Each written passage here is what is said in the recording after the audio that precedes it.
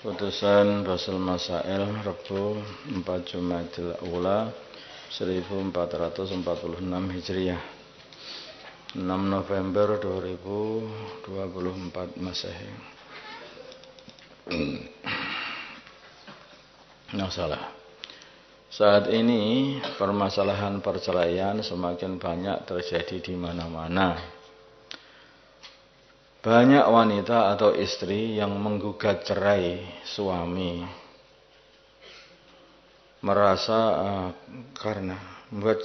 menggugat cerai karena merasa kebutuhannya tidak terpenuhi. Padahal si suami telah memberikan minimal nafkah kepadanya.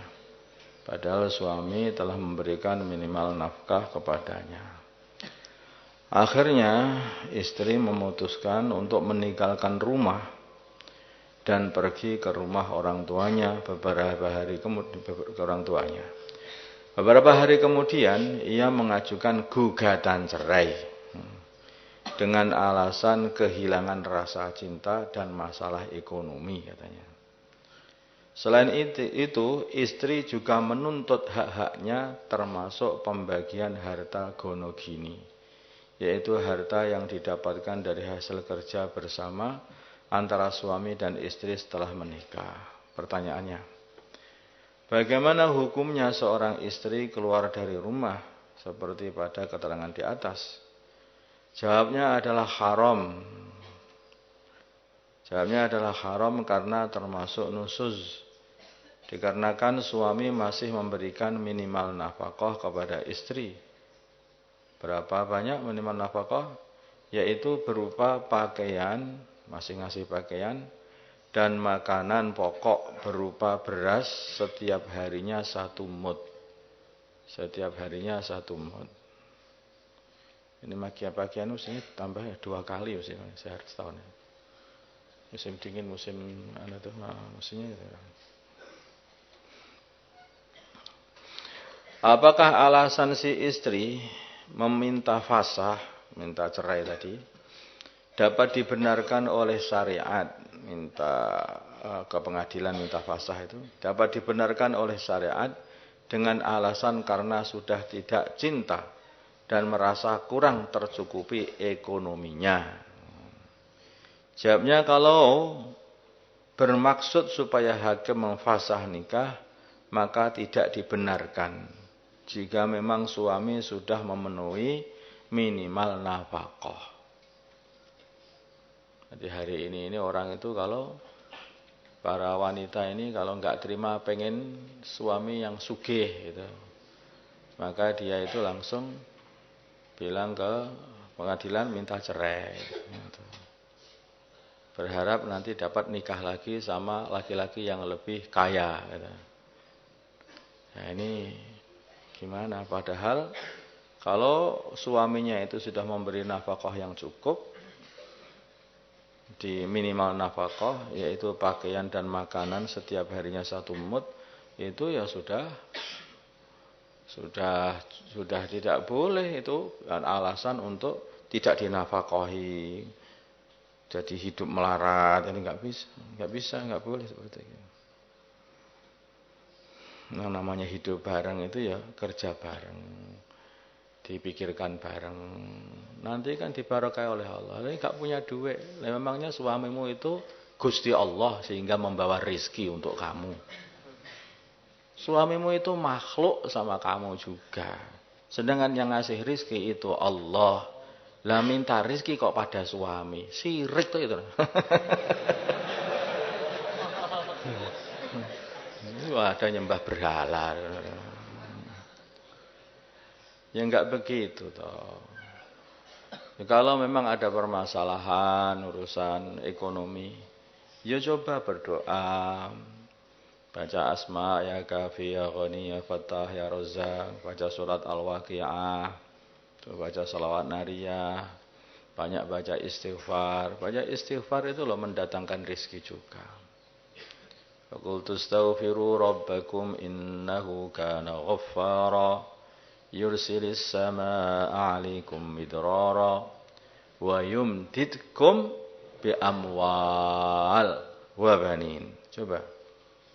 Istighfar itu mendatangkan amwal wa banin. Jadi selesaikan tanah yang bagi rezeki itu Allah, ya mintanya kepada Allah. Orang bagi rezeki itu Allah, mintanya sama suami, ya nggak bisa ngasih apa-apa suami itu. Itu hanya makhluknya Allah saja. Kalau orang itu berpikir seperti itu, pernikahan jadi awet. Tapi kalau berpikir apa itu pokoknya pengen suami yang kaya, ya sekaya-kaya. Kalaupun dapat suami yang kaya, kalau Allah nggak kasih rezeki si istri itu, maka kuwaya kuwikir, sehingga nggak dikasih apa-apa juga. Jadikan babu malahan. Ketika suaminya melarat, maka dia dimuliakan. Ketika suaminya sugih, kaya, malah dia dihinakan sama suaminya. Ayo milih mana? Kan itu. Gak mesti orang itu. Kadang-kadang itu orang itu seorang suami yang tidak punya uang, melihat istri itu malah justru memuliakan. Aku ini gak punya uang, tetapi istriku ini masih mau tak nikah. Coba, sehingga dia memuliakan istri. Kadang-kadang suami yang kaya sekali, yang kaya istrinya sama istri pandangannya beda. Ini perempuan mau tak nikah hanya pengen hartaku, nggak tak kasih, nggak bakal tak kasih. Lah kalau gitu, bagaimana kalau berpikir seperti itu? Ya bisa jadi. Ini marahi wanita tapi di depan kamu. Loh ini benar itu seperti itu. Apakah sang istri mempunyai hak dari harta gonogini tersebut? Jawabnya, jika ya memang, jika tidak dapat diketahui berapa persen haknya secara pasti, maka istri berhak dengan cara suluh atau saling menghibahkan. Itu suluhnya gimana terserah, kan didamai istilahnya. Atau dihibahkan. Wis dah tak wis sakmene, ayo wis gitu ya. Atau diketahui haknya masing-masing, kalau diketahui persentasenya maka dibagi sesuai saham masing-masing. Dah.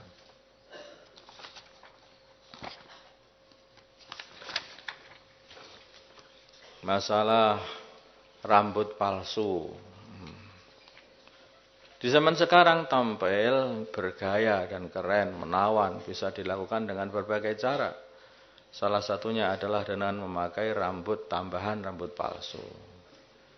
Cara menggunakannya pun mirip seperti memakai topi, yaitu cukup dengan meletakkannya di atas kepala. Pertanyaan, bagaimana hukum memakai rambut palsu bagi laki-laki dan perempuan? Apakah termasuk kategori larangan? Seperti larangan menyambung rambut atau tidak? Jawabnya ya, termasuk. Seperti larangan menyambung rambut. Adapun hukum menyambung rambut, sama aja ngasih rambut palsu itu, maka bagi laki-laki hukumnya haram secara mutlak. Jadi laki-laki itu nggak usah nyambung-nyambung rambutnya, kalau botak ya ditunjukkan botaknya. Inilah aku. Jenderal botak. Ditunjukkan, tunjuk sini. Lah jenderal botak enggak laku. Oh, wibawa. Dikubur itu ada ular namanya Suja al-Aqra. Ular botak. Itu wibawa, ketakutan itu ahli kubur sama itu. Jadi laki-laki ini harus apa itu pede, nanti percaya diri. Saya enggak percaya diri terus pakai rambut palsu, pakai apa ini. Laki-laki begitu. Semakin banyak luka di wajahnya, maka itu semakin nampak laki-lakinya. Itu. Kemudian laki-laki hukumnya haram secara mutlak. Adapun bagi wanita diperinci. Apabila dengan rambut manusia, maka hukumnya haram secara mutlak. Enggak boleh rambut manusia, rambut asli. Enggak boleh. Apabila dengan selain rambut manusia, plastika atau dengan benang kah, seperti rambut sintetis atau perkara suci yang lain, ini kalau perkara najis juga nggak boleh, maka menjadi boleh, tetapi apabila ada izin suami. Tetap apabila ada izin dari suami. Kenapa kok harus seorang wanita ini kok izin suami yang sudah nikah? Jadi begini, kalau wanita tidak dapat izin suami kok berdandan, itu dandan untuk siapa? Wong suaminya nggak seneng. Aneh kan?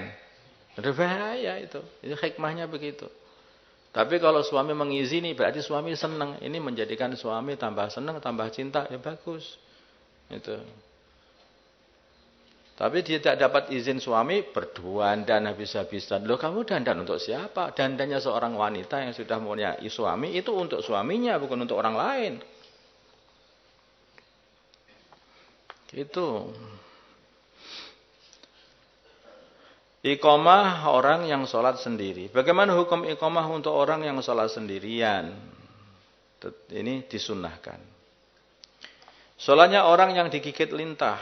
Ada seseorang yang sedang sholat tanpa ia sadari ada seekor lintah yang menggigitnya. Kemudian setelah selesai sholat ia baru tahu. Bagaimana hukum sholat orang tersebut?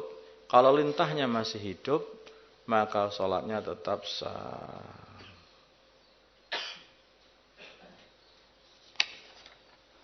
Ya. Allahumma shalli ala sayyidina Muhammad wa ala sayyidina Muhammad. Wa sallallahu ala sayyidina Ibrahim wa ala ali sayyidina Ibrahim wa barik ala sayyidina Muhammad wa ala ali sayyidina Muhammad wa ma barakta ala sayyidina Ibrahim wa ala ali sayyidina Ibrahim fil alamin innaka Hamidum Majid. Allahumma arham umat sayyidina Muhammad, Allahumma ighfir umat sayyidina Muhammad, Allahumma aslih umat sayyidina Muhammad. اللهم آله بين قلوب أمة سيدنا محمد اللهم انصر أمة سيدنا محمد اللهم عاشر سلطانا نصيرا صلى الله على سيدنا محمد النبي الأمي وعلى آله وصحبه وسلم والحمد لله رب العالمين.